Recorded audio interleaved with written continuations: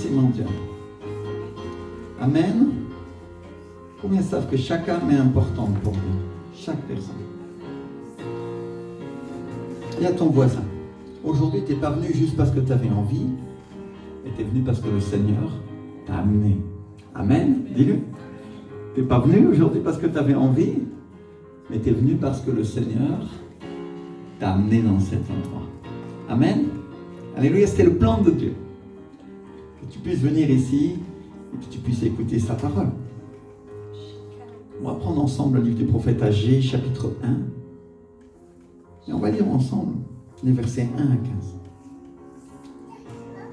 La Bible nous dit, la seconde année du roi Darius, le premier jour du 6e mois, la parole de l'Éternel fut adressée par Agée, le prophète, à Zorobabel, fils de Shealtiel, gouverneur de Juda, et à Josué, fils de Jotsadak, le souverain sacrificateur, en ces mots. Ainsi parle l'Éternel des armées. Ce peuple dit, le temps n'est pas venu, le temps de rebâtir la maison de l'Éternel. C'est pourquoi la parole de l'Éternel leur fut adressée par Agée le prophète en ces mots. Est-ce le temps pour vous d'habiter vos demeures lambrissées quand cette maison est détruite? Ainsi parle maintenant l'Éternel des armées. Considérez attentivement vos voies. Vous semez beaucoup et vous recueillez peu. Vous mangez et vous n'êtes pas rassasiés. Vous buvez et vous n'êtes pas désaltérés. Vous êtes vêtus et vous n'avez pas chaud. Le salaire de celui qui est à gage tombe dans un sac percé. Ainsi parle l'Éternel des armées. Considérez attentivement vos voies. Montez sur la montagne, apportez du bois et bâtissez la maison, et j'en aurai de la joie, et je serai glorifié, dit l'Éternel. Vous comptiez sur beaucoup, et voici, vous avez eu peu. Vous l'avez rentré chez vous, mais j'ai soufflé dessus. Pourquoi, dit l'Éternel des armées? À cause de ma maison qui est détruite, tandis que vous vous empressez, chacun pour sa maison. C'est pourquoi les cieux vous ont refusé la rosée, et la terre a refusé ses produits. J'ai appelé la sécheresse sur le pays, sur les montagnes, sur le blé, sur le mou et sur l'huile, sur ce que la terre peut rapporter, sur les hommes et sur les bêtes, et sur tout le travail des mains. Zorobabel, fils de Shealtiel, Josué, fils de Jotsadak, le souverain sacrificateur, et tout le reste du peuple entendirent la voix de l'Éternel. Dis avec moi, ils ont entendu sa voix. Alléluia. Ça nous change déjà dans l'église, parce qu'il y a beaucoup de chrétiens, le pasteur prêche, et ils n'en ont rien à faire. Et ils n'entendent même pas ce qu'il a à dire. Dis avec moi, ils ont entendu sa voix. Alléluia. On vient à l'église pourquoi, mon frère, ma soeur? Pour entendre un sermon ennuyeux et long? On vient en église pour entendre la voix de Dieu. Amen. Dis avec moi, pour entendre la voix de Dieu. Ouh. Ça, c'est la question. Est-ce que je viens pour entendre la voix de Dieu? Ou est-ce que je viens pour une autre raison?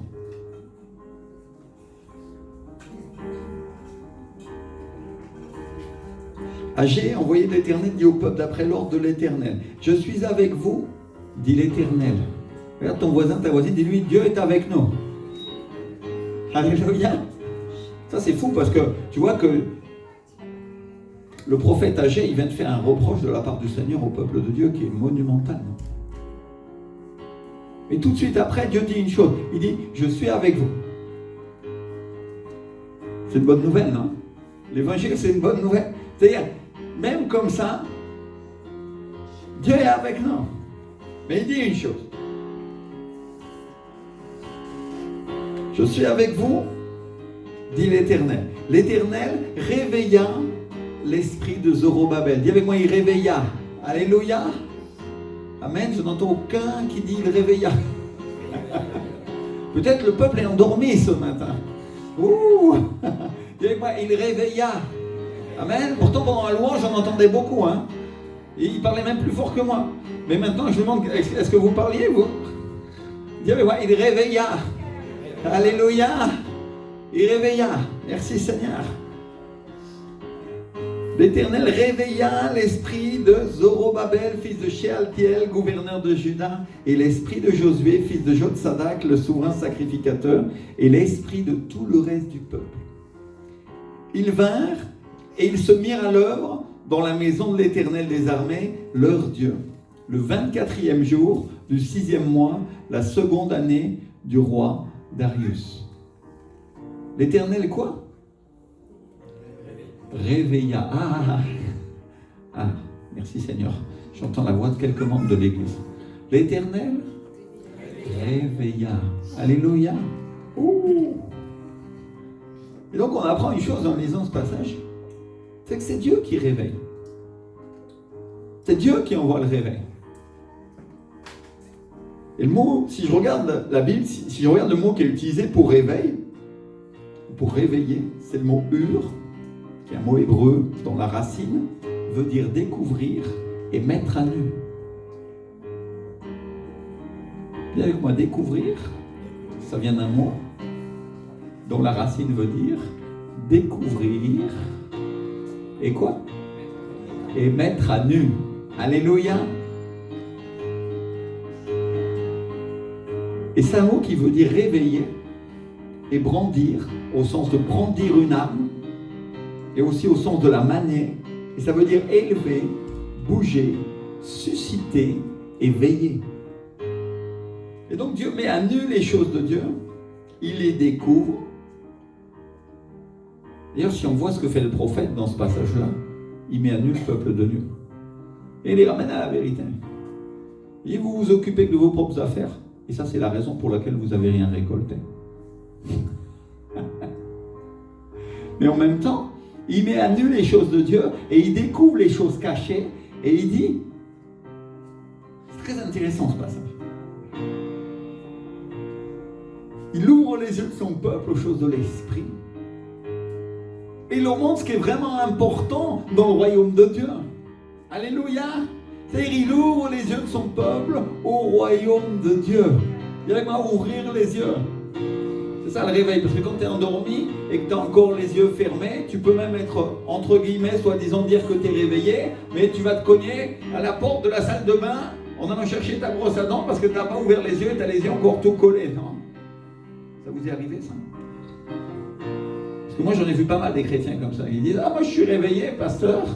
Et puis, dès qu'il y a une chose importante dans le royaume de Dieu, ils se cognent à la porte de la salle de bain parce qu'ils n'ont pas encore vraiment les yeux ouverts comme ils devraient être ouverts. Ouh. Et donc Dieu réveille son peuple. Il ouvre les yeux de son peuple à son royaume. Et le peuple de Dieu commence à voir. Et qu'est-ce qui se passe quand le peuple de Dieu commence à voir? On étudie la parole ensemble aujourd'hui, mes frères et sœurs. Qu'est-ce qui se passe quand le peuple de Dieu commence à voir? Il se met au travail. Et avec moi, il travaille. Non plus pour sa maison cette fois-ci, mais pour la maison du Seigneur. Alléluia! Est-ce que ça veut dire que les maisons des gens étaient tombées en décrépitude? Bien sûr que non. Bien sûr que non. Ça veut dire qu'ils ont commencé à rétablir l'ordre de Dieu et des choses divines telles qu'elles devaient être dans le royaume de Dieu. Et selon la parole de Dieu. Amen, c'est ça? Alléluia! Gloire à Dieu! Et donc, le peuple de Dieu commence à voir. Et il se met au travail dans la maison de Dieu. Il se met au travail dans l'église. Alléluia! Et il y a une bonne nouvelle, c'est que Dieu ne réveille pas seulement ceux qui sont en haut au gouvernement, mais il réveille l'esprit de tout le peuple. Dis avec moi, de tout le peuple. C'est-à-dire le réveil et la présence du Saint-Esprit, ce n'est pas seulement pour ceux qui dirigent, ce n'est pas pour ceux qui sont dans la direction seulement, c'est pour tout le monde. C'est pour nous tous. Dis avec moi, pour nous tous. Amen. Alléluia. Et le mot ur, c'est un mot qui veut dire aussi brandir, dans le sens de brandir une arme et de la manier. Alléluia. C'est-à-dire Dieu brandit une arme en face du diable. Un peuple quoi? Réveillé. Alléluia. Oh, merci Seigneur. Il brandit un peuple qui a la connaissance de Dieu. Il brandit un peuple qui a la compréhension de Dieu et son royaume. Il brandit un peuple qui sait comment ça marche en haut, mais aussi comment ça marche en bas. Alléluia. Et qui a la connaissance du Seigneur et qui à partir de maintenant se laisse plus faire. Dis avec moi, à partir de maintenant, je ne vais plus me laisser faire. Alléluia. Gloire à Dieu. Je ne vais plus me laisser faire par le diable parce que Dieu ouvre mes yeux à quoi? À son royaume. Amen. Merci Seigneur. Donc Dieu brandit un peuple qui ne marche plus aveugle. Le Seigneur Jésus, notre Seigneur Jésus-Christ, il nous a dit en parlant des hommes et de la religion, si un aveugle conduit un autre aveugle, ils tomberont tous les deux dans quoi? Dans une fosse. Ils tomberont tous les deux en enfer. La fosse, dans la Bible, c'est un autre nom pour parler du trou dans lequel tombent beaucoup d'hommes qui suivent d'autres hommes. La fosse, c'est un autre nom pour parler de l'enfer. Ouh. Là, tu vas dire, il va loin le Seigneur Jésus. Là. Si un aveugle conduit un autre aveugle, ils vont tomber tous les deux où ça? En enfer, dans la fosse. Et Jésus est venu pourquoi? Il est venu pourquoi précisément? La Bible nous dit qu'il est venu pour ouvrir les yeux des aveugles. Alléluia.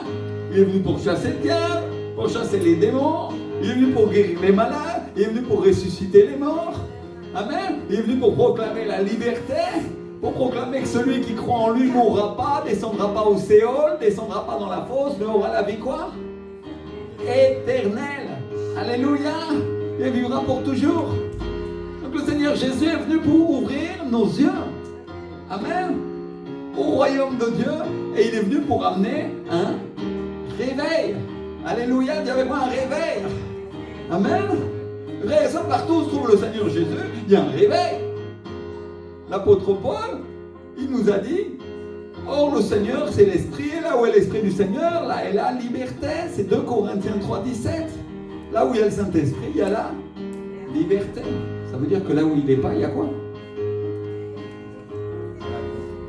La prison, mes frères et sœurs. Prison spirituelle. Et le Saint-Esprit, c'est l'Esprit de Jésus. Et donc, c'est normal que partout où Jésus se promène, le Saint-Esprit soit là. Et il y ait la liberté. Amen. Et la liberté, c'est pas la liberté pour pécher ou pour faire que ce qu'on a envie. C'est la liberté parfaite, absolue du royaume de Dieu dans l'ordre qu'il a établi. Alléluia. Merci Seigneur.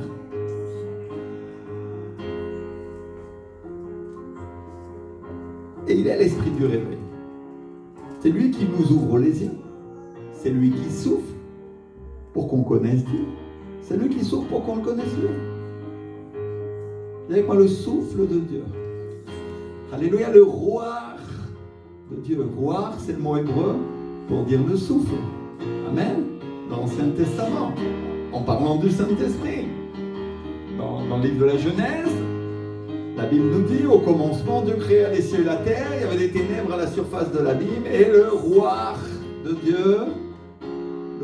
Dieu se mouvait au-dessus des eaux. Le souffle de Dieu. Et mes frères et sœurs, le Saint-Esprit souffle. Le souffle de Dieu bougeait au-dessus des eaux. Il était là au commencement avec la parole de Dieu. Il était là au commencement avec Jésus. Et c'est lui qui a créé la terre, qui a créé l'univers, qui a créé le ciel, les étoiles, la mer, avec le Seigneur Jésus-Christ et avec Dieu le Père. Alléluia! Dis avec moi, Dieu le Créateur a envoyé sa parole, Jésus-Christ, qui est une personne, qui est vivante et qui est Dieu, la deuxième personne de la Trinité, le Père, le Fils, et le Saint-Esprit, la troisième personne de la Trinité, le souffle, le roi de Dieu, est venu et a accompli tout ce qu'il avait envoyé. Alléluia. C'est pour ça que quand tu lances une parole qui est dans la parole de Dieu et que tu la lances par le Saint-Esprit, la puissance de Dieu sort de ta bouche. Quand on dit prophétise dans cette parole, elle sort et elle accomplit ce pourquoi Dieu le Père l'a envoyé. Alléluia. Et donc Jésus sort de la bouche du Père. Il se laisse emmener par le souffle de Dieu qu'est le Saint-Esprit jusqu'à la destination où il devait aller, et il amène la guérison, la bénédiction, la libération et la paix et le salut. Alléluia. Je me fais comprendre, mes frères et sœurs. Alléluia. C'est pas compliqué, il suffit de lire le livre de Genèse, chapitre 1, verset 1. Et déjà, si tu as la révélation de ces choses-là, tu as déjà tout compris. Alléluia. Dis avec moi, j'ai tout compris au royaume de Dieu. Amen. Par le Saint-Esprit. C'est facile avec la révélation. Non? Quand Dieu t'a montré, tout devient simple. Mais tant que tu le tords avec ta tête, là c'est compliqué. Hein? Parce que ce sont des choses cachées. La Bible dit que les choses cachées appartiennent à Dieu et les choses révélées appartiennent à qui? Aux enfants. Ça veut dire que c'est une autre personne, qu'une personne qui a donné sa vie à Jésus veut avoir la révélation sur les choses de Dieu. Ça ne peut pas lui appartenir. Parce qu'elle doit avoir donné la vie à Jésus de tout son cœur pour que son sauveur, Jésus-Christ de Nazareth, vienne dans son cœur et le Saint-Esprit vienne et commence à lui parler. Alléluia! Ouh! Merci Seigneur! Les choses sont simples. Et donc si c'est lui qui nous a créés, qu'il est Dieu, il a aussi le pouvoir de nous montrer les choses de Dieu. Le Seigneur Jésus, il nous a dit, il vous conduira, en parlant du Saint-Esprit, il a dit, il vous conduira à toute la vérité. Et la vérité, c'est qui? C'est le Seigneur Jésus. Je suis le chemin, la vérité et la vie, il a dit. Et Jésus, il est en train de dire au peuple de Dieu, il va vous conduire à moi. Alléluia. Et les chrétiens bornés et têtus, comme des ânes avec des œillères, sur lesquels on casse le bâton d'autorité pour les battre, sont là, j'ai pas besoin du Saint-Esprit, parce que moi, je connais Dieu, et je n'adore que les grandes oreilles. Et je n'adore que le Père et le Fils. Mais mon frère, ma soeur, si tu peux pas adorer que le Père et le Fils, si tu le fais pas par le Saint-Esprit. Alléluia. C'est-à-dire, tu dois les connaître tous les trois, parce que tous les trois, ils sont un. Alléluia. Et je vais aller plus loin que ça en me disant que si tu connais et tu as connu le Seigneur Jésus, en réalité, la personne qui te l'a présenté, tu sais qui c'est? C'est le Saint-Esprit. Alléluia. Donc tu l'as rencontré sans le connaître parfois. Ça c'est le plus incroyable. Et comme il est une personne délicate, il est le gentleman de la parole. Il est là et il souffle et il se présente tout doucement. Mais il attend à ce que tu fasses attention. Que ce jour-là, quand tu te promènes dans le jardin, il y a un vent d'été. Ou un souffle de guérison, de bénédiction. Ou un vent violent, ça arrive aussi. Et que ce jour-là, tu commences à faire attention au vent. Et tu dis, je ne m'étais pas rendu compte que c'était une personne. C'est-à-dire, ça ne nous paraît pas logique. On a du mal à connaître le Saint-Esprit parce que c'est pas comme Jésus, il n'a pas un corps physique. Ou c'est pas comme le Père qui a un corps en forme d'homme. Les prophètes l'ont vu. Ils n'ont pas vu son visage, mais ils ont vu un corps qui a une forme d'homme assis sur le trône. Alléluia.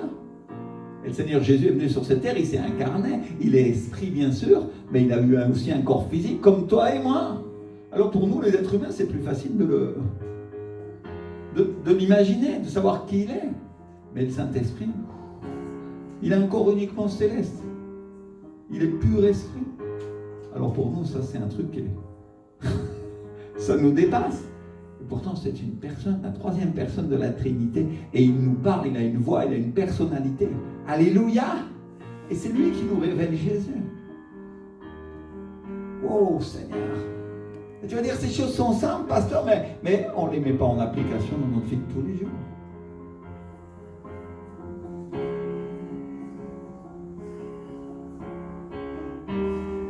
Et donc, le Seigneur Jésus nous a dit qu'il nous laisserait un autre consolateur. Il y a un autre nom. Le consolateur. Celui qui nous amène la consolation des choses de ce monde. Tu as été attristé, Rachel, par les choses de ce monde? Moi, oui. Ouais. Il y a un diable qui t'a fait du mal? Oui, hein? À nous tous, non? Le Seigneur te dit que tu vas être consolé. Il te dit que le consolateur, le parakletos, va t'amener une consolation, une bénédiction qui dépasse l'entendement, qui va supérer ce que ton cœur désire et ce que tu imagines. Alléluia. C'est-à-dire, tu dis, ok, la troisième personne de la Trinité a le pouvoir de m'amener une consolation surnaturelle absolument prodigieuse. Alléluia. Et je vais même aller plus loin en disant même une consolation naturelle, parce que s'il veut te donner un cadeau physique, il peut le faire. Et tu vas dire, quand un malade est guéri, et il avait une maladie et son corps était en train de partir en ruine, était en train de partir en morceaux, et que le Saint-Esprit vient et qu'il souffle sur sa vie, et que l'organe se crée à nouveau. Est-ce que c'est une bonne consolation? Est-ce qu'elle est physique et terrestre? Oui, Seigneur, alléluia! Merci Seigneur. C'est-à-dire il y a une guérison, il y a une restauration, il y a une bénédiction, et l'estomac de la personne commence à devenir normal, et elle commence à digérer, à manger bien, et merci Seigneur. Et elle dit, waouh, quelle consolation. Non seulement, avant que ça arrive, j'avais la joie dans l'esprit, en sachant que j'étais sauvé, que j'appartenais à Jésus, mais en plus de ça, tu m'as consolé sur cette terre, en m'apportant ce que mon cœur désirait. Je voulais être en bonne santé, et je le suis maintenant. Gloire à Dieu. Alléluia. Il ne faut pas limiter Dieu, mon frère, ma soeur, parce que Dieu peut t'apporter n'importe quelle bénédiction, n'importe quelle libération, n'importe quelle guérison que tu lui demandes. Il a la puissance. Dis avec moi, il a la puissance. Alléluia. L'Esprit du Seigneur, le même Esprit qui a ressuscité Jésus d'entre les morts, est ici aujourd'hui. Alléluia. Il a la puissance de faire tout ce que ton cœur désire. Merci Seigneur. Alléluia. Et donc, si on revient à la parole du prophète Agé, par qui les prophètes prophétisent, mon frère, ma soeur? Par le Saint-Esprit. Par qui on a la révélation de la parole de Dieu, l'explication, la connaissance des choses de là-bas. C'est l'Esprit du Seigneur nous révélera, il nous conduira, il nous guidera à toute la vérité, c'est-à-dire à Jésus. Et on sait qu'il est le Verbe véritable, il est la parole de Dieu, c'est écrit dans le livre de Jean. C'est-à-dire l'Esprit du Seigneur nous amène à comprendre et à connaître toute cette vérité pour qu'elle devienne une réalité dans notre vie. Alléluia. Et donc le prophète Agé prophétise, il amène la parole parce qu'il a un ministère. Dis avec moi, il a un ministère. Un ministère, c'est quoi? C'est une responsabilité. Je sais bien que la politique, ça va pas très bien dans notre pays aujourd'hui. Je ne voudrais pas que nous prenions autant les ministres pour des exemples, mais pourtant, mon frère, ma soeur, quand quelqu'un devient ministre, on lui donne quoi? Une responsabilité. Et il reçoit quoi quand il rentre à l'Élysée? Il reçoit un portefeuille ministériel. Un portefeuille, c'est un cartable. C'est une sacoche dans laquelle, à l'intérieur, il y a des dossiers, il y a des papiers qui indiquent toutes les tâches qu'il doit faire. S'il est le ministre des Finances, il doit gérer quoi? Les finances. Ça veut dire que les banques lui sont soumises, les impôts et tout un tas de choses. Alléluia. Si elle est ministre de la Santé, son travail c'est de s'occuper des hôpitaux, de les faire fonctionner. Enfin, en tout cas, c'est ce qu'il devrait faire. Pardon Seigneur. Mais on est des gens de la vérité ici, n'est-ce pas? Amen. Mais pas de la critique. Dis avec moi, je suis de la vérité, mais pas de la critique. Amen. Alors, si les ministres de l'écologie, il devrait être écolo. Il devrait s'occuper que les centrales polluent pas, par exemple. Il devrait faire payer les pollueurs. Et pas nous bassiner avec des bêtises qu'il invente pour ramasser de l'argent sans dedans. N'est-ce pas? Voilà. Je voudrais parler aujourd'hui de ministres qui font ce qu'ils doivent faire. Amen. On pourrait supposer que les ministres du roi Salomon ou du roi David faisaient ce qu'ils avaient à faire. Parce qu'à l'époque, si tu ne faisais pas ton travail, mon frère, ma soeur, tu finissais dans une prison, dans un cachot. Tu avais intérêt à faire le boulot romain. Hein? Et donc, dans le royaume de Dieu, Dieu aussi a des ministres. Dis avec moi, Dieu a des ministres. Il a des serviteurs, il a des servantes, il a des ministères, il a des pasteurs, pasteur Carlos. Il a des enseignants, il a des apôtres, il a des prophètes, il a des évangélistes. Il y a 5 ministères qui travaillent ensemble. Tout comme le Père, le Fils et le Saint-Esprit travaillent ensemble. Et ils sont un. Parce que c'est ça l'Église. Amen. Dis avec moi, c'est ça l'Église. C'est ça l'Église. Merci Seigneur. Donc si on revient sur ce que le prophète Agé nous dit, qui dit de la part de Dieu, à cause de quoi le peuple de Dieu n'avait pas été béni? Et à cause de quoi la sécheresse est venue dans ce qu'on vient de lire? On est en train d'étudier la parole. Enfin, c'est quoi la raison? On parle de gens qui connaissaient le Seigneur, ou qui étaient supposés le connaître. On parle de gens qui étaient sauvés et qui appartenaient au peuple de Dieu. Ils n'avaient pas le salut en Jésus-Christ, mais ils étaient le peuple de Dieu. Et ils sont toujours le peuple de Dieu. Le peuple juif, c'est le peuple de Dieu. Alléluia. Et nous sommes l'olivier sauvage, l'olivier greffé, on va en parler. Les gentils sont le peuple de Dieu à condition qu'ils appartiennent à Jésus. Alléluia. C'est ça l'Église. Merci Seigneur. Et la Bible nous dit que les Juifs seront sauvés à la fin. Je fais une parenthèse juste pour ramener tout le monde dans la compréhension. Amen. Parce qu'aujourd'hui, on va se promener dans la parole et on va aller assez loin. Et je ne vais perdre personne en route. Amen.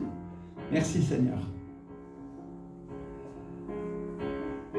Et donc ces gens-là, parce que l'Ancien Testament, c'est une image des choses à venir.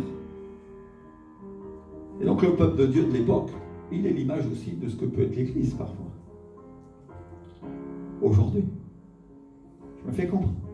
Donc on parle de gens qui étaient supposés connaître Dieu, qui lui appartenaient, et qui visiblement étaient aveugles, et qui avaient besoin d'un réveil. Ouh. Et c'était quoi la raison pour laquelle ils n'avaient pas été bénis? C'est quoi la raison pour laquelle Dieu avait envoyé la sécheresse? Là, c'est une sécheresse matérielle, mais Dieu peut envoyer aussi une sécheresse spirituelle. Rien du Saint-Esprit dans l'église, rien du Saint-Esprit dans le pays, pas une parole prophétique, un culte mort, aucune onction. Ça, c'est ce que plein de nos frères et sœurs vivent chaque dimanche, mes frères et sœurs. Ouh! Qui avait envoyé ça? Dieu. À cause de quoi? C'est quoi la raison? Ils s'occupaient que d'eux.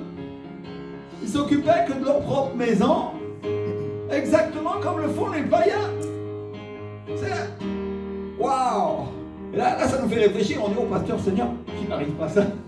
J'aime le Saint-Esprit, j'aime sa présence. Je voudrais toujours avoir un culte béni et que ma vie soit bénie. Alléluia! Celui qui connaît Dieu, il n'a pas envie d'être séparé de sa présence. Hein.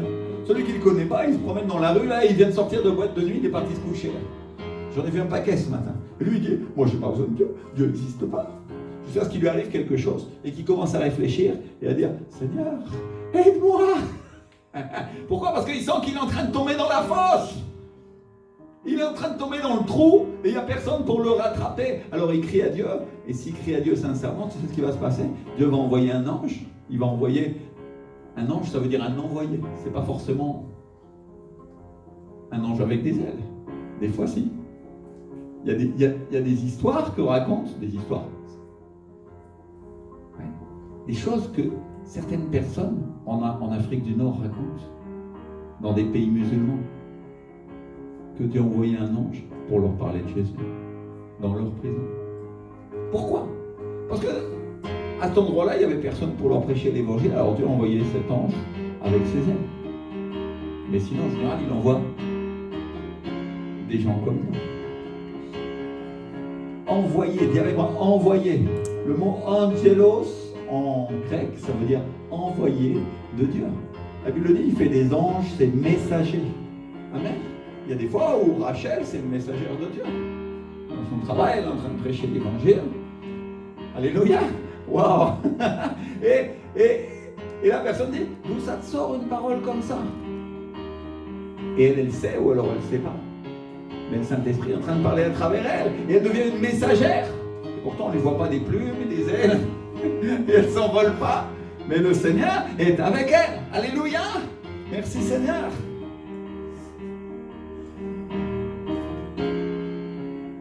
Et donc Dieu fait un reproche à son peuple. Il leur dit, est-ce que c'est le temps d'habiter dans vos maisons lambrissées, dans vos maisons confortables, alors que cette maison est détruite? Il parle de sa maison. Il parle de son temple. Est-ce que c'est le temps? Est-ce que vous discernez le temps? Est-ce que vos yeux sont ouverts pour que vous voyez? Maintenant que je suis en train de vous les ouvrir, il dit le Seigneur. Parce qu'avant, ils le savaient, ils étaient fermés. Parce que quand quelqu'un agit comme ça, quand un chrétien agit de cette manière-là, mon frère, ma soeur, tu peux être sûr d'une chose, il est tout sauf réveillé.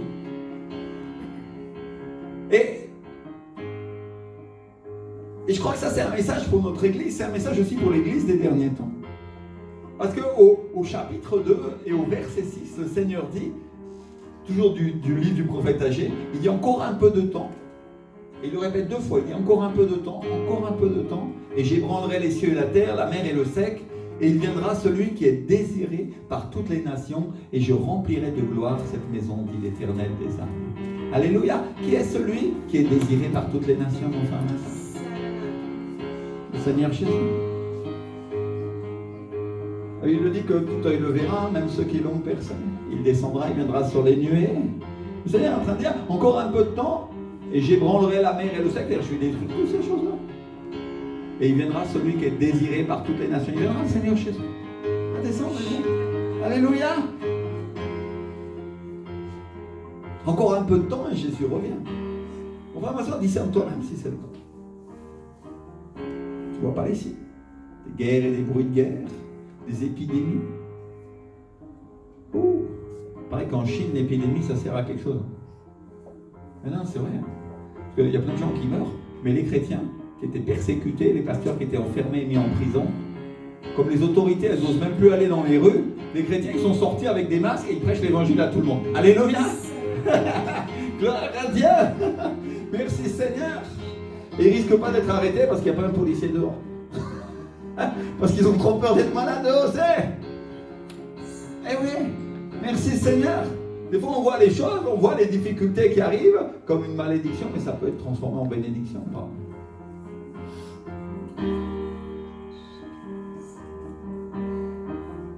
Des tremblements de terre, des guerres et des bruits de guerre, des épidémies. Il y en a, si tu lis la parole de Dieu, t'as l'Iran là qui est en train de s'agiter.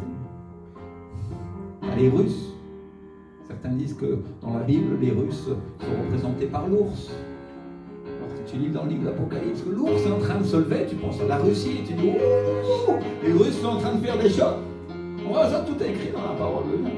Un jour, toutes les nations se lèveront contre Jérusalem et viendront l'attaquer. C'est là que le Seigneur viendra. Alléluia. Le jour où toutes les nations se lèvent en guerre et disent ok, maintenant on va en finir, on va arraser Israël. Tu sais ce qui va se passer? Jésus va descendre des cieux et il va enlever son église et on va être emmené à sa rencontre dans les cieux. Voilà ce qui va se passer. Alléluia. Et il va y avoir une bataille qui s'appelle Armageddon. Alléluia. Dans lequel les anges descendront, dans lequel ressusciteront les saints et ils se battront contre les nations. Il y en a qui vont dire pasteur, c'est complètement fou ce que tu es en train de dire. Et la parole, c'est écrit dans la parole de Dieu. Si tu ne crois pas à la résurrection, alors mon frère, ma soeur, que Jésus a été crucifié, les morts en Jérusalem ont commencé à ressusciter et ils se sont promenés dans la rue. Je ne crois pas qu'ils ont commencé à avoir peur. Les morts en Dieu. Waouh! Et il y avait un tremblement de terre. Et le voile du temple s'est déchiré. Seigneur! Est-ce qu'il nous en faut plus pour savoir, mes frères et sœurs, que c'est le temps? Et donc Agé parle, il reçoit un ordre de Dieu, et le peuple de Dieu l'écoute, ils écoutent le prophète. Et Dieu leur dit, je suis avec vous. Enfin, ça, combien d'entre nous, on sait que Dieu est avec nous? Alléluia! On a pu l'expérimenter dans les mois qui sont passés. Dieu est avec nous, malgré qui nous sommes et malgré ce qu'on fait parfois. Dieu est avec nous. Il nous aime. Alléluia. Merci Seigneur. Combien il y en a qui savent que Dieu opère des miracles ici dans l'église? On en a vu, non? Alléluia, on a vu des choses se passer. Et on dit, Seigneur, tu as la puissance. Et donc la Bible nous dit que Dieu les réveille. Dieu réveille l'église. Dieu ouvre l'église. Dieu ouvre son peuple. Le mot utilisé pour réveiller en hébreu, c'est le mot ouvre. Alléluia.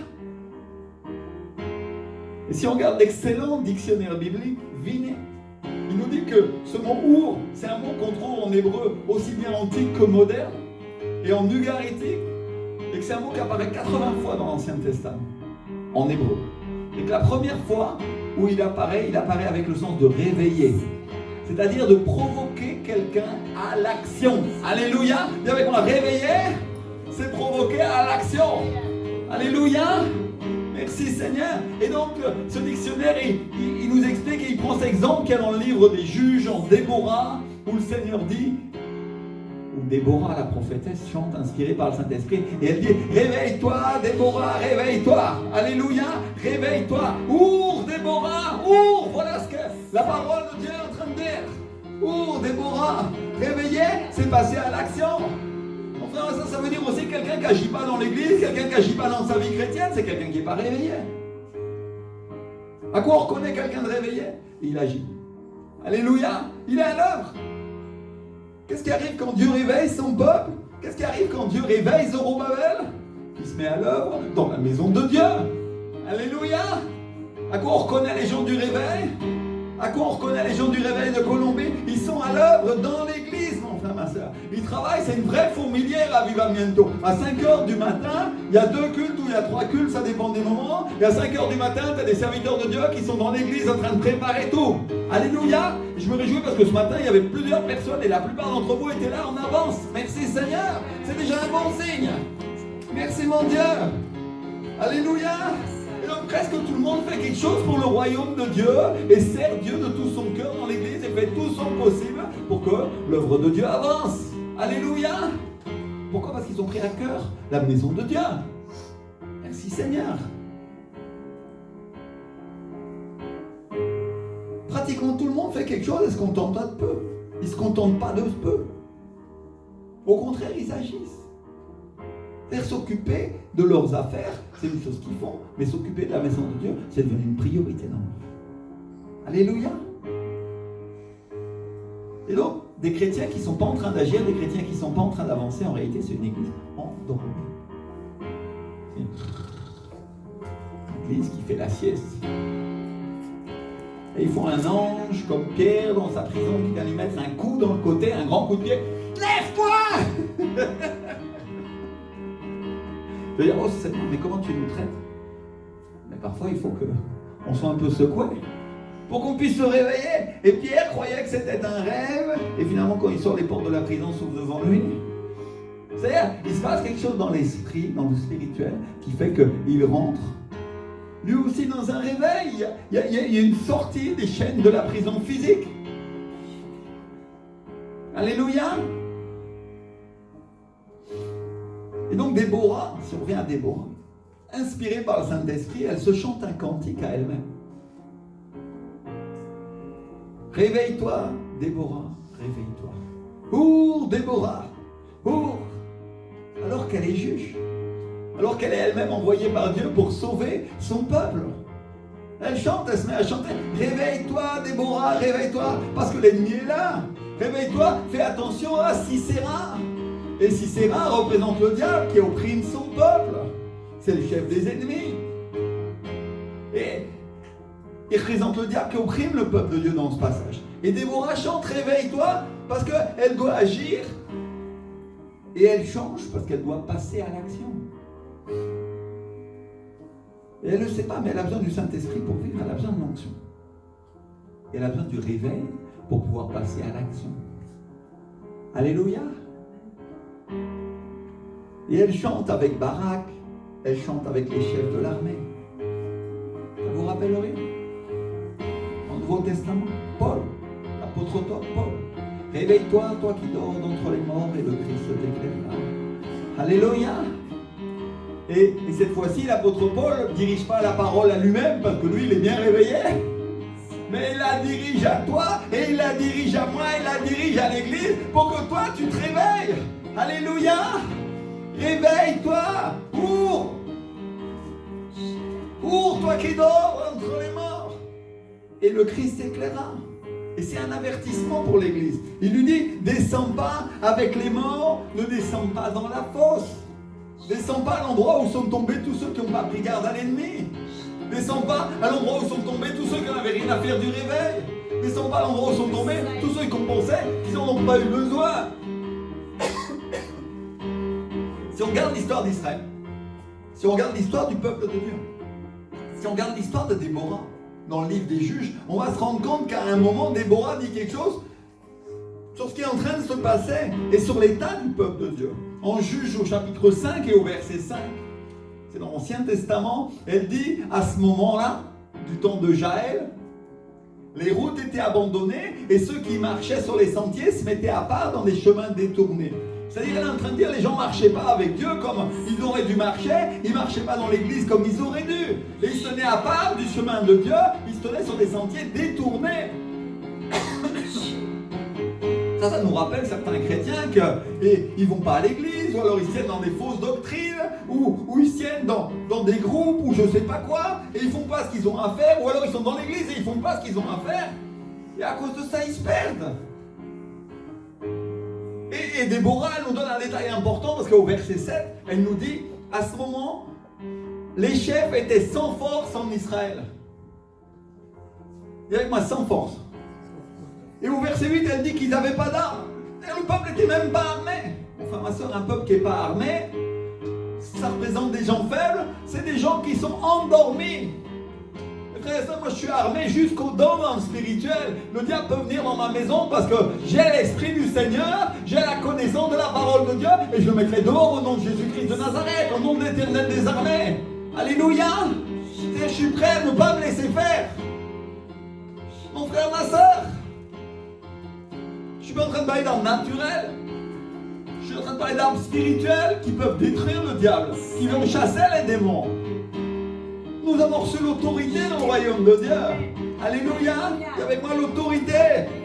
Merci Seigneur.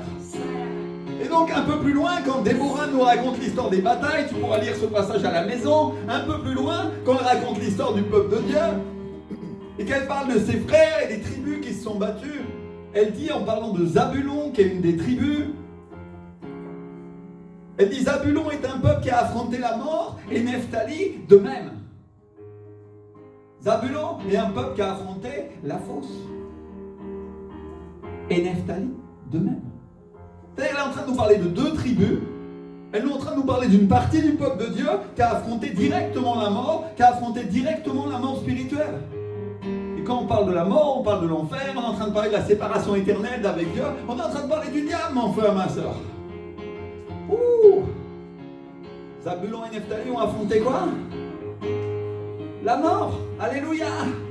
Et peut-être il y en a qui vont dire, oh pasteur, ce que tu dis, ça n'a rien à voir. Je ne vois pas ce qui justifie, ce qui appuie dans la parole de Dieu, ce que tu es en train de dire. Et enfin, ma soeur, dans ce cas-là, tu n'as qu'à prendre le livre de Matthieu au chapitre 4, au moment où Jésus apprend que Jean-Baptiste a été livré. La Bible dit qu'il quitte Nazareth pour aller à Capharnaüm, qui se trouve près de la mer, dans le territoire de Zabulon et de Nephtali. Pour que s'accomplisse ce qui a été annoncé par le prophète Ésaïe. Et à ce moment-là, la Bible nous dit, le peuple de Zabulon et de Nephtali, de la contrée voisine de la mer, du pays au-delà du Jourdain et de la Galilée des gentils, ce peuple assis dans les ténèbres a vu une grande lumière. Sur ceux qui étaient assis dans la région de l'ombre de la mort, la lumière s'est levée. Ouh! Bien sûr, ce passage nous parle de Jésus, il nous parle du commencement de son ministère et de la manière et prophétique de ce qui va se passer ensuite avec nous, de ce qui va se passer avec les gentils. C'est vrai. Qui va se passer pour ceux qui n'appartiennent pas au peuple de Dieu, mais qui vont devenir en croyant en Jésus-Christ. Mais c'est pas ça que je veux faire ressortir en vous donnant ce passage.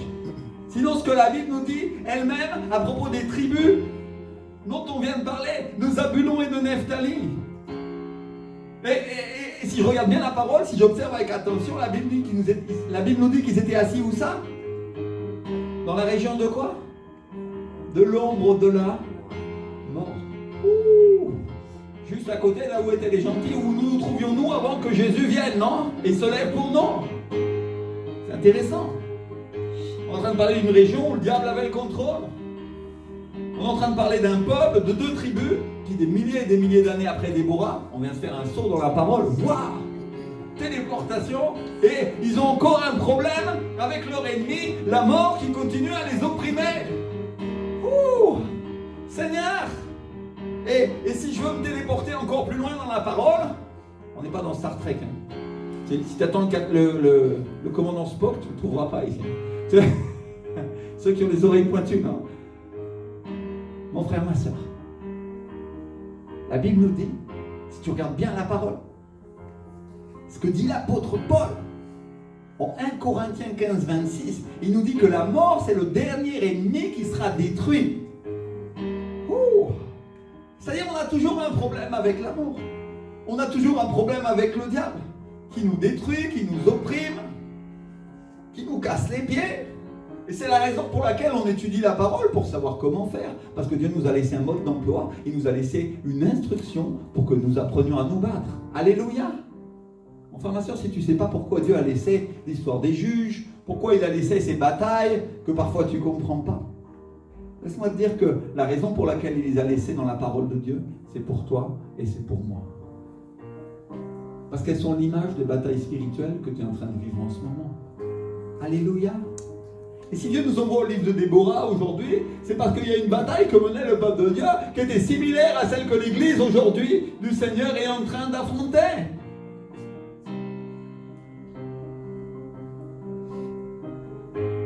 Et donc Déborah nous raconte la situation. Elle nous raconte comment le peuple de Dieu vivait à ce moment et comment Sisera les opprimait. Elle nous raconte comment les chrétiens, comment les membres des tribus faisaient ce qu'ils voulaient et qu'ils n'étaient pas armés. Ça vous rappelle l'Église. Les gens qui font ce qu'ils veulent et puis ils n'ont même pas d'armes spirituelles pour se défendre. Et ils pensent qu'ils vont gagner la bataille. Mon frère, ma soeur.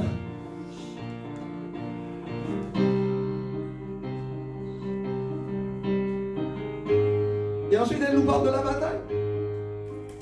Elle nous parle des attitudes des tribus. On pourrait voir ça une autre fois. Ça peut faire l'objet d'une prédication intérieure. Où chacun, il y en a qui agissaient d'une manière et d'autres d'une autre. Il y en a qui sont même restés à la maison et d'autres sont allés à la plage. Pendant la bataille. Et elle nous parle de la manière dont s'est déroulée la bataille. Une bataille épique. Comme dans toutes les batailles, il y a des héros. Mais elle nous donne aussi une information importante, Déborah, sur la manière dont ça s'est passé. Au verset 20, elle dit « Des cieux ont combattu, de leur orbite, des étoiles combattirent contre Sisera. » C'est Juge 5, verset 20. Je vous traduis littéralement ce que dit la Lorena Valera en espagnol. En français, la traduction dit « De leur sentier, des étoiles combattirent. » En espagnol, de leur orbite. On est en train de parler de choses célestes. Alléluia. Elle est en train de nous parler d'un combat céleste, d'un combat spirituel dans lequel même les étoiles du ciel sont en train de combattre. Et il y a une information importante dans la Bible, c'est qu'elles combattent en notre faveur. Dis avec moi, elles combattent en ma faveur. Alléluia. Enfin, ça, je suis venu me dire ce matin qu'il y a des autorités célestes, il y a des principautés célestes qui combattent pour nous, il y a des autorités célestes qui combattent en notre faveur. Alléluia. Et elle s'élève contre la principauté de Sisera, elle s'élève contre la principauté du diable, qui opprime le peuple de Dieu. On est en train de parler d'un combat qui a lieu sur la terre et qui a lieu au ciel. On est en train de parler de gens qui se battent sur la terre, physiquement, et des principautés célestes qui se battent pour qu'ils aient la victoire. Alléluia. Et mon frère, ma soeur, je suis venu te dire que tu n'es pas tout seul, parce que quand tu es en train de te battre ici sur la terre, que ce soit physiquement ou spirituellement, nous l'église aujourd'hui, on n'est plus en train de se battre avec des armes terrestres, comme c'était le cas dans l'Ancien Testament, mais avec des armes célestes. Alléluia. Et quand tu es en train de te battre, mon frère, ma soeur, tu n'es pas tout seul, parce que les anges du ciel sont en ta faveur. Alléluia. Tu n'avais pas les anges du ciel. Cette fois-ci, on est en train de parler de ceux qui ont des plumes, hein. Alléluia. Ceux qui ont des ailes et ceux qui pensent que les anges c'est des petits angelots, des chérubins comme on voit très mignons. Enfin ma soeur, tu te trompes complètement. Parce que la Bible nous dit qu'ils font quasiment 6 mètres de haut. Alléluia. Oh Jésus, un seul ange pouvait bouger la pierre pour sortir Jésus du tombeau. Dis avec moi les anges. Quand le Seigneur nous dit, tu t'es approché des myriades et des myriades d'anges célestes, c'est-à-dire des milliards de milliards de milliards de milliards de milliards de milliards de milliards d'anges célestes, d'anges de 6 mètres de haut, qui ont une force surnaturelle puissante, et qui combattent en ta faveur.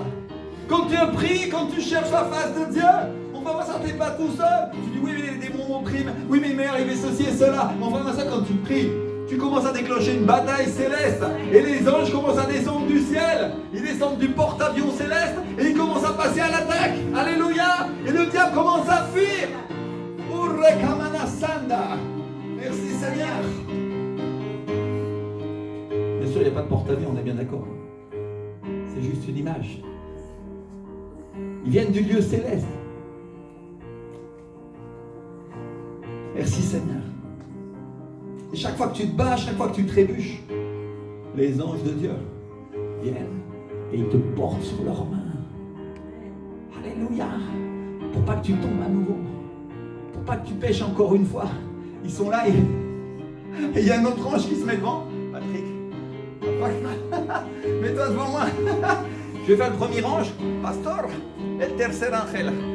Mets-toi comme moi. Tu lèves la main, mets-toi devant lui, toi. Et il y a 3 anges qui mettent la main comme ça pour te tenir pendant que toi tu es en train de marcher. Sur les mains, ils ne mettent pas la main comme ils font, hein. Comme ça. Et ils marchent sur vos mains. Alléluia. Pour pas que tu trébuches. Merci. Alléluia. Pour pas que tu tombes à nouveau dans le péché. Pour pas que tu tombes dans l'addiction. Pour pas que tu tombes dans la dépendance. Pour pas que tu tombes dans l'alcool. Pour pas que tu tombes dans la pauvreté, l'inquiétude, la crainte, la préoccupation. Les anges sont là, ils te portent. Il dit, il ne tombera pas à nouveau. Le diable n'aura pas. Cette fois-ci, on le tient bien. Et il ne lâchera pas. Alléluia. Jésus est avec toi. Des milliards d'anges combattent en ta faveur, mon frère, ma soeur. Alléluia.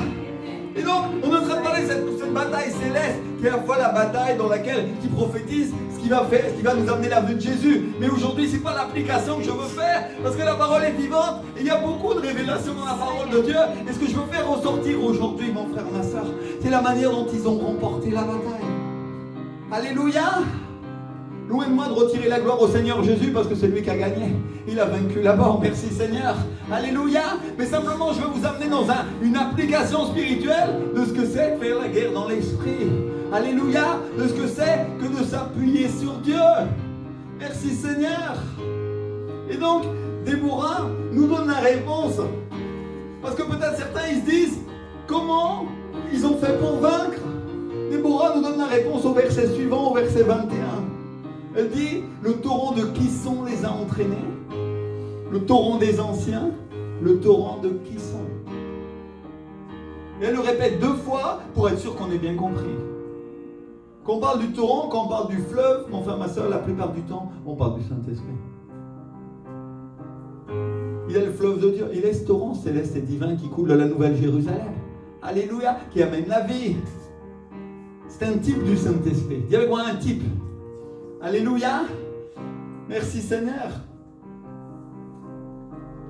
Et Dieu met là un signe qui ne trompe pas. C'est que le torrent combat. Le torrent combat contre les ennemis. Tu as déjà vu un torrent combattre, toi? Mon frère, ma soeur, c'est une image des choses d'en haut, des choses spirituelles, des choses célestes. Pour que le peuple de Dieu, qui a la révélation, comprenne de quoi il s'agit. C'est-à-dire le torrent, c'est une personne. Et le Saint-Esprit est Dieu, il est la 3e personne de la Trinité, on vient de le voir ensemble. Donc, je ne sais pas si vous comprenez, mes frères et sœurs, mais dans ce passage, Déborah, elle nous donne le nom de celui qui les a balayés. Elle nous donne le nom de celui qui leur a donné la victoire. Et si on regarde bien ce que dit la parole de Dieu, celui qui a la victoire, ce n'est pas le peuple de Dieu dans l'histoire de Déborah. Celui qui a la victoire, ce n'est pas les tribus. Celui qui a la victoire, ce n'est pas les juges. Mais celui qui a la victoire, c'est le torrent. Alléluia. Dis avec moi le torrent. Moi, j'aime bien la traduction Reina Valera en espagnol parce qu'elle dit le torrent les a balayés. Et si tu regardes bien encore dans la parole de Dieu, le mot qui est utilisé en hébreu, c'est le mot garaf, qui veut dire emporter avec violence et balayer. Mon frère, ma soeur, il n'y a rien de plus fort que l'eau. Tous ceux qui ont vécu une inondation catastrophique, ils savent qu'il n'y a même pas une maison qui tient. Tout est effondré, tout est mis par terre. Le torrent de Dieu a balayé tous ses ennemis. Voilà ce qu'elle est en train de dire, Déborah, inspirée par le Saint-Esprit dans la parole de Dieu. Alléluia. Et pour être sûr qu'on comprenne, Dieu a encore ajouté un signe. Parce qu'au verset 21, si on regarde avec attention, Déborah donne le nom du torrent, elle dit le torrent de Kisson. Et si tu regardes ce que veut dire Kisson en hébreu, c'est un mot qui veut dire vent. C'est-à-dire Déborah est en train de dire le torrent du vent. Il y en a qui savent qui représente le vent. On l'a vu tout à l'heure. C'est un type du Saint-Esprit encore. Alléluia. Dis avec moi un type.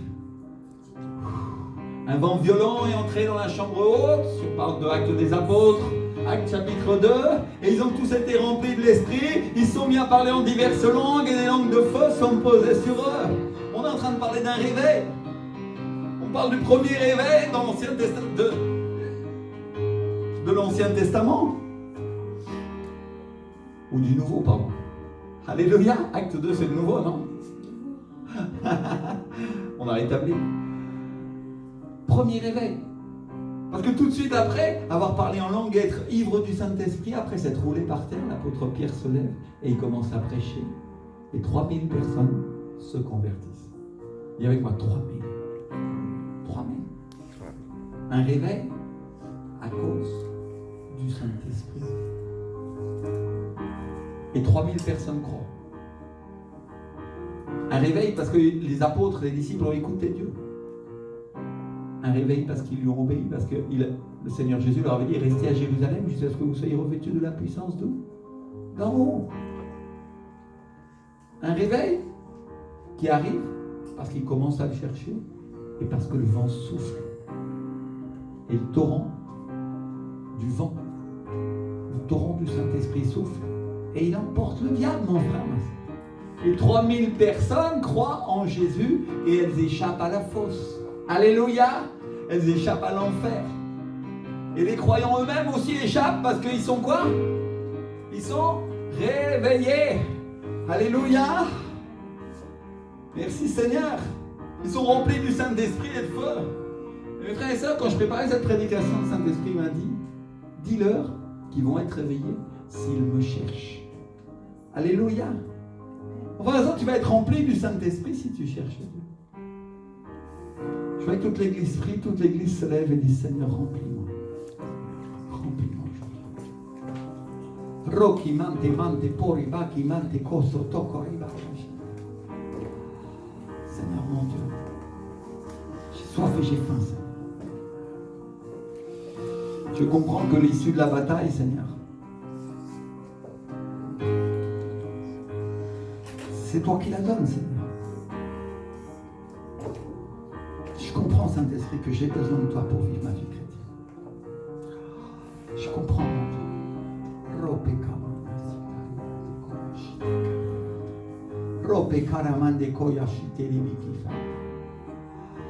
Alléluia. Enfin, ma soeur, tu peux vivre la parole, tu peux faire beaucoup de choses.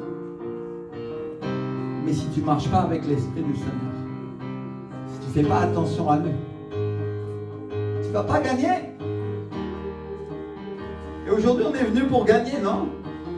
Alléluia! On est venu pour échapper à la fosse et pour permettre que beaucoup d'autres encore échappent. Lève les mains, mon frère, lève les mains. Lève les mains. Venir toi aussi. Tu venir à l'instant. Quelqu'un se tient derrière elle.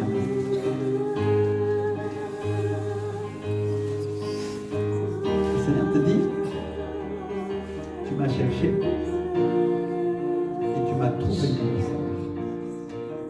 je vais souffler sur toi jusqu'à ce que les braises soient allumées et que tu brûles et que tu incendies d'autres nations, dit le Seigneur. Tu es une jeune femme, mais je suis avec toi, dit le Seigneur. Il y a un souffle en toi, il y a une onction sur toi qui fait que tu vas me trouver. Soit l'onction, soit le Saint-Esprit. Rempli de la puissance de Dieu, rempli du feu aujourd'hui, au nom de Jésus de Nazareth. Cours sur toi ce vent, cours sur toi ce torrent qui te donne la victoire sur tes ennemis. Remplis.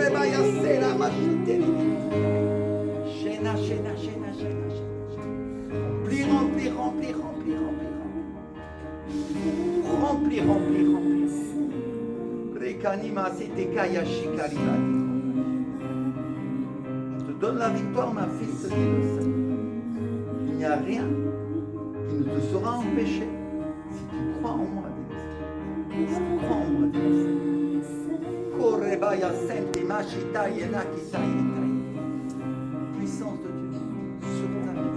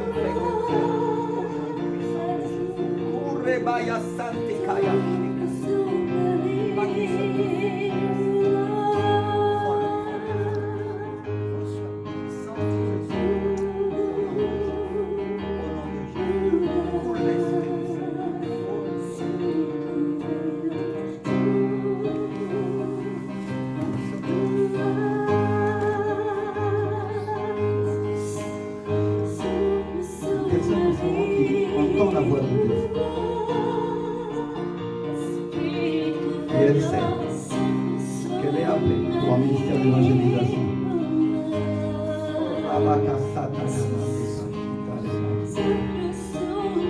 Je veux que cette personne vienne ici. Viens ici. Approche-la. Tu sais. Tu entends la voix de Dieu, tu entends l'appel du Seigneur en ce moment.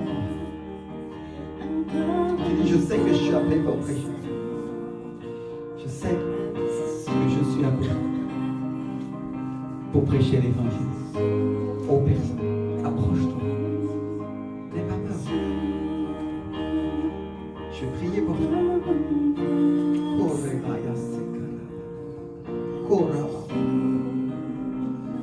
Souffle, Seigneur, sur sa vie, Seigneur. Sa langue soit déliée, Seigneur. Le torrent de Kishon soit sur sa vie. Roule sur toi aujourd'hui. La présence du Saint-Esprit. Sois rempli. Rempli.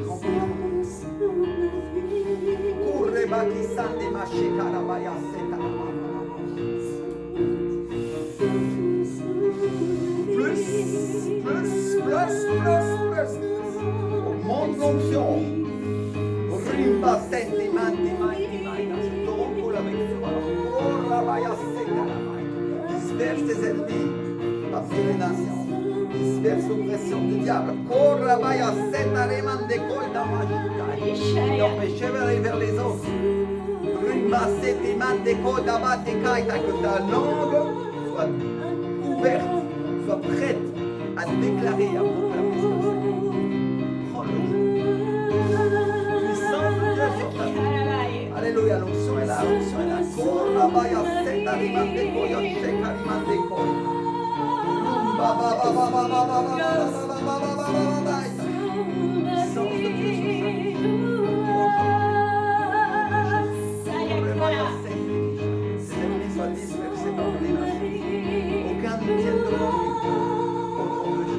Accorde ta victoire à ton serviteur. Au nom de Jésus. Accorde plus de Saint-Esprit, plus de ta puissance. Au nom de Jésus. Alléluia. Rempli de la puissance du Saint-Esprit. Alléluia. Tes entrailles deviennent tendres pour Dieu. Un amour pour Dieu qui t'aime. Un amour pour cette nation. Pour nous prêcher l'évangile. Qu'elle sache que j'existe. Le Seigneur te dit, tu iras vers tes frères et tu leur parleras de moi. Ils ne te connaissaient pas. Et ils me connaîtront.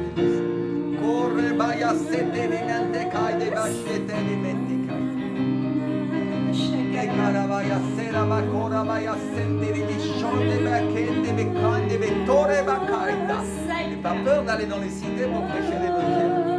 Et n'aie pas peur de les inviter à l'église, dit le Seigneur.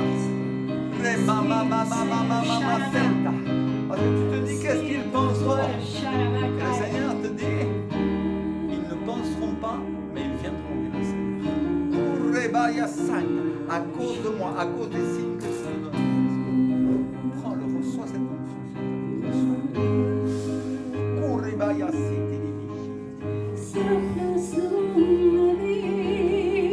Alléluia, le torrent de Kishon remplit l'église. Le frère Patrick, approche-toi. Le torrent sur toi. Le torrent de puissance. Pour proclamer ma parole. Pour écarter les ennemis.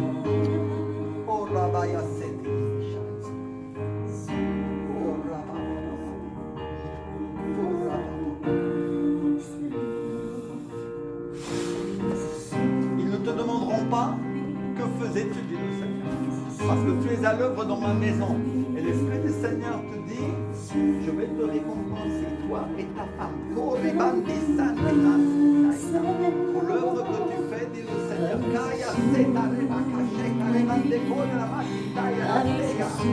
y a une récompense. Rebaya Santa, ma sœur, approche-toi.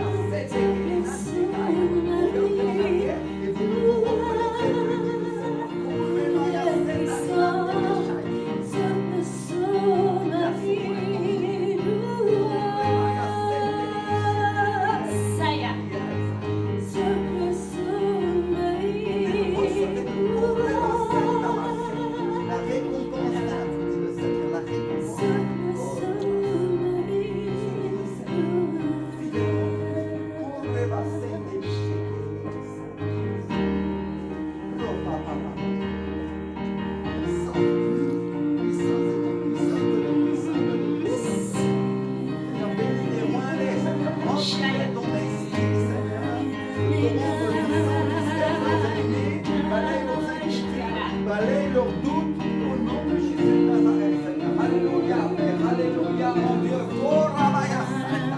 Oh, car on reçoit ta puissance. On reçoit ta puissance. On reçoit. Rimba, Sita, Mante, Koi, Debaki, Mante, Mante, Kai, Basenara. Oh, Rabaya Santa, Misheka, Shaya. à ta présence.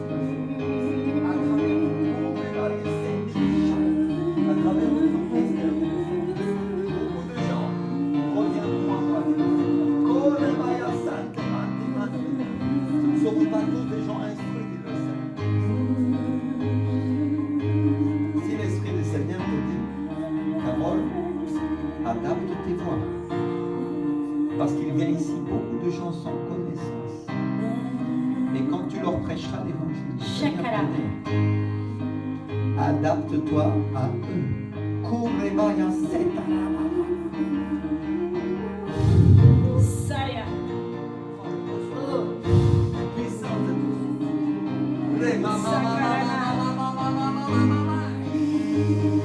Shaya.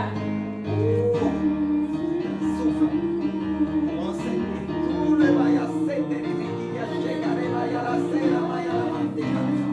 Shikarama Saya. Souffle pour enseigner. Papa, pour le faire. Y aunque ande en valle de sombra y de muerte, Et même si vous marchez dans la vallée de l'ombre de la mort, no temerá mi corazón porque tú estarás tu ne conmigo. craindras point parce que tu es avec moi. Tú estarás conmigo. Tu es avec moi. Tú estarás conmigo. Tu es avec moi. Sharamakara Shaya. Alléluia. Toute l'église prie, toute l'église lève les mains. Saya Karala. Et je dis, oui Seigneur, visite-moi. Visite-moi, Seigneur. Ton ventre qui chante, Seigneur. Saya. Qui accorde la victoire à ton peuple, Seigneur. Qu'il se confie en toi et qu'il écoute tes paroles. Tu Espíritu, Señor.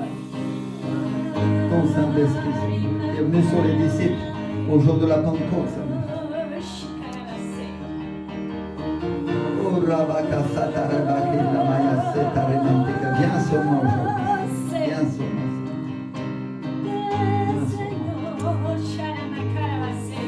Viens sur moi. Viens sur moi, mon Dieu. Tout le monde prie, tout le monde prie, tout le monde prie, tout le monde prie. Viens sur ma vie. Korebaya Seterenande Koida Basheka Renande Koide Bisa. Urri Baba Baba Baba Baba Baba Baba Baba. Oh, des nuits coule sur moi, Saint-Esprit. Coule sur moi. Souffle sur ma vie. Tout le monde prie, tout le monde demande au Seigneur. Visite-moi. Visite-moi, mon roi. Visite-moi. Il y a des personnes qui qui vont sortir d'ici réveillés. Ils vont sortir avec leurs yeux ouverts. Et ils vont savoir que la vie sur terre c'est bien, mais le royaume de Dieu c'est mieux. Alléluia, Alléluia, Alléluia. C'est le réma que je mets dans les cœurs aujourd'hui, dit le Seigneur. Priorité pour mon royaume, dit le Seigneur. S'ils ne regarderont plus les choses de la terre, ils ne regarderont plus en arrière. Mais ils iront de l'avant, dit le Seigneur.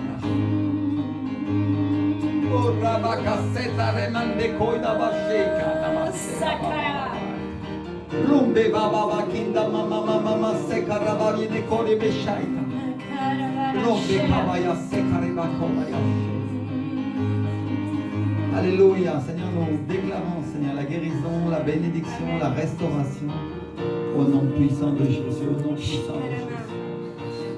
Approche-toi. Je vois que quelqu'un se tient derrière elle. Un instant. Ta sœur. Seigneur, nous déclarons, Seigneur. Lève tes mains, ferme tes yeux. Nous déclarons, Seigneur, sur cette grossesse. Restauration, la guérison, la liberté complète. Au nom puissant de Jésus de Nazareth, Seigneur. Je reverse le diagnostic, se va fuera. Todo enemigo en este momento, en nombre de Jesús de Nazaret. Fuera, tu mando, sal fuera en este momento, en nombre de Jesús. Suelta al diablo, en nombre de Jesús. Carabaseta, keramande, koidabase, karamande, koshakaraita. Tu renverseras les arguments des nations, Seigneur. Alléluia, tu as la puissance, mon roi. Aujourd'hui, nous déclarons, Seigneur, la guérison, la restauration, Seigneur, sur ces fœtus au nom de Jésus de Nazareth, Seigneur. Nous déclarons sur ces enfants qui sont à venir, Seigneur. Parfaite santé, Père, au nom de Jésus de Nazareth, Papa. Koya senda koreba kende kishaita. Urababa kasenda kaya shetarima. Mets ta main. Et je vais te parler sur la clé. Seigneur, au nom de Jésus, nous déclarons sur ces enfants restauration et bénédiction au nom puissant de Jésus de Nazareth. Nous reprenons, Seigneur, toute malformation au nom puissant de Jésus-Christ. Et nous déclarons, Seigneur, parfait état, Seigneur, de vie, Seigneur, parfaite santé spirituelle et physique et matérielle au nom puissant de Jésus de Nazareth. Nous les bénissons, Seigneur. Nous les bénissons, nous leur déclarons une longue vie, Seigneur, une vie en toi, Seigneur Jésus. Remplis de ton Saint-Esprit, remplis de ta puissance, remplis de l'onction, Seigneur, qui pourrit toute espèce de jus, au nom de Jésus de Nazareth. Alléluia. Alléluia. Et sur la maman, Seigneur. Une vie remplie de l'Esprit, Seigneur. Remplie de la foi, remplie de la puissance de Dieu. Koreba ki santima shikai la basi. Cours sur toi cette onction. Cours sur toi cette onction. Cours sur toi cette puissance de Dieu. Tu n'as rien à craindre, ma fille. Rien à craindre. Je suis avec toi, dit le Seigneur. Qui se lèvera contre toi, qui élèvera la voix contre toi ou contre tes enfants, dit le Seigneur. Car je suis avec toi, dit l'Éternel des armées.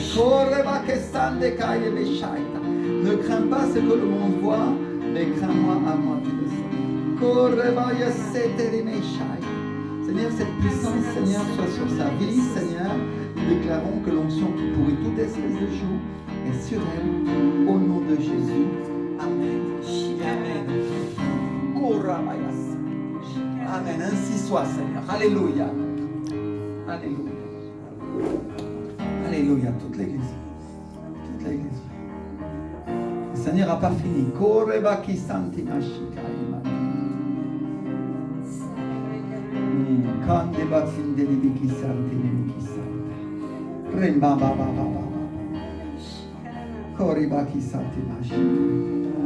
Alléluia. Je voudrais appeler tous ceux qui ont besoin de guérison aujourd'hui. Non pas à les faire passer devant, mais simplement qu'à l'endroit où ils sont, puissent mettre la main où ils ont mal et où ils ont besoin de guérison. et dire au Seigneur, Seigneur, guéris-moi aujourd'hui. Je vois que toute l'Église m'appuie parce qu'on va prier ensemble. Seigneur, ta parole dit, enseigne que par tes meurtrissures nous sommes guéris. Nous reprenons tout diable, nous reprenons tout démon qui affecte le corps des frères et des sœurs aujourd'hui au nom de Jésus. Ô Saint-Esprit, viens, souffle sur leur vie, Seigneur, et balaye ces ennemis. Alléluia. Balaye ces esprits de maladie, Seigneur, au nom de Jésus. Balaye les pères, au nom de Jésus. Souffle, Seigneur. Alléluia. Alléluia. Alléluia. Oh, Rabaya Santa Kaya la Masaya la Masha. Un esprit de guérison aujourd'hui. Alléluia. Un esprit pour la bénédiction des nations. Viens, Saint-Esprit. Souffle sur ton peuple, Seigneur. Souffle sur celui qui croit et agit sur sa vie aujourd'hui avec puissance. Alléluia, mon Dieu. Urraba Senta Masoto Koreba Yala Sera Masheka Rimande Koida Yala Seta. Oh, alléluia, seront toutes chaînes maintenant au nom puissant de Jésus. Aujourd'hui, nous déclarons une guérison complète, Père. Ça va fuera, ça va dehors maintenant, toute maladie, au nom de Jésus de Nazareth. Alléluia, alléluia. Tout problème alimentaire, tout cancer s'en va maintenant au nom de Jésus. Nous déclarons les genoux guéris aussi au nom puissant de Jésus de Nazareth. Toute maladie des reins s'arrête maintenant dans le nom de Jésus de Nazareth. Les problèmes de côlon s'en vont maintenant au nom de Jésus. Dors au nom de Jésus et les rhumatismes disparaissent au nom puissant de Jésus de Nazareth. Alléluia. Oh, alléluia, Seigneur, restaure les fonctions de l'estomac. Et nous déclarons une digestion complète et parfaite aux personnes qui en souffraient. Au nom de Jésus. Au nom de Jésus. Alléluia. Au nom de Jésus. Alléluia. Tu redresses les colonnes vertébrales, Seigneur. Les hanches qui étaient démises se remettent, Père, au nom de Jésus de Nazareth. Les genoux qui étaient déboîtés se remettent en place maintenant. Au nom de Jésus, maintenant. Au nom de Jésus de Nazareth. Au nom de Jésus-Christ. Alléluia. Et les oreilles qui entendaient mal commencent à entendre normalement. Au nom de Jésus-Christ, Seigneur. Alléluia. Alléluia. Ta main sur ton peuple, mon Seigneur. Au nom de Jésus. Au nom de Jésus. Alléluia. Au nom de Jésus. Puissance de Dieu, puissance de Dieu, puissance de Dieu. Sante karibate koremashi karimande koida. Oh, remama, donne la parole. Korebaki santa. On ne tient pas la bénédiction. Korabande bosoto keinamashe karimande hose karimagas. Nente di bikini sheka. Nente keribi karabaya sekarabaya. Lève tes mains. Je dis, Seigneur, passe sur ma vie, Seigneur. Passe sur ma vie, Seigneur. Guéris mon corps, Seigneur. Par tes meurtrissures, je suis guéri, Seigneur. La correction de la vision de quelqu'un.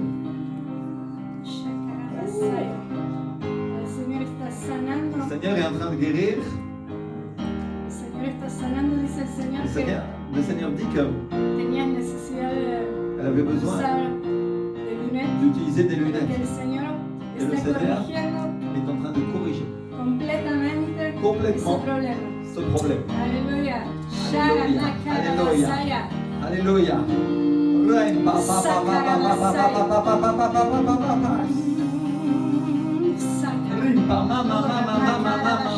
Le genou de quelqu'un est guéri, il avait une inflammation, c'était une douleur articulaire. Et l'Esprit du Seigneur est en train de passer sur sa vie. Et cette personne, elle sent comme une chaleur en ce moment, et elle ne sait pas ce que c'est. Et c'est l'Esprit du Seigneur qui est en train de guérir cet endroit où tu avais mal. Alléluia, l'Esprit du Seigneur est en train de passer avec puissance sur toi. Alléluia. Reçois cette parole, reçois ta guérison.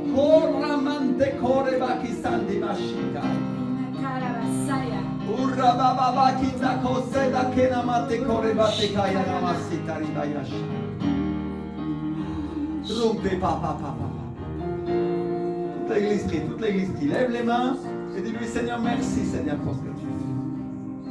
Merci Saint-Esprit parce que tu as la puissance Seigneur.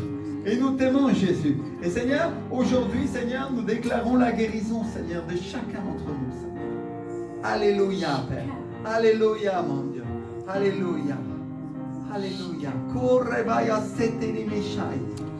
Seigneur, aujourd'hui, nous t'exaltons et nous bénissons ton Saint. Alléluia. Alléluia. Alléluia. Il y a une paix qui est en train de venir.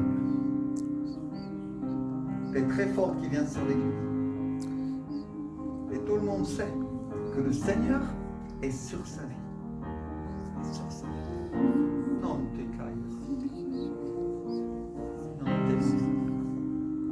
Seigneur, nous glorifions Jésus. Alléluia, alléluia, alléluia, alléluia, alléluia.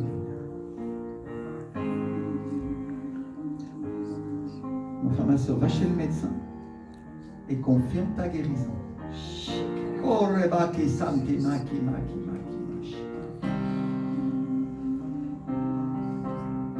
Quand le docteur t'aura dit que cette douleur est totalement partie, alors viens à l'église et viens donner témoignage de ce que le Seigneur a fait pour toi. Alléluia, alléluia, alléluia. On va applaudir le Seigneur aujourd'hui. Seigneur, nous t'exaltons et nous glorifions ton Saint-Nom parce que dans quelques jours, dans quelques semaines, nous allons avoir les témoignages, Seigneur, de beaucoup, Seigneur. Et de ceux qui ont été guéris, nous te remercions d'avance, Père. Alléluia. Pour ce que tu as fait et ce que tu fais dans l'église au milieu de nous, Seigneur. Celui qui nous donne la victoire, Seigneur. Alléluia, Père. C'est toi, oh mon roi, qui agis au milieu de nous, Seigneur. Et nous voulons nous baigner dans ce torrent, Seigneur. Nous voulons marcher avec toi, Seigneur. Alléluia. Fort, fort, fort, c'est toi le Seigneur. Nous t'exaltons et nous glorifions ton Saint-Nom, Jésus.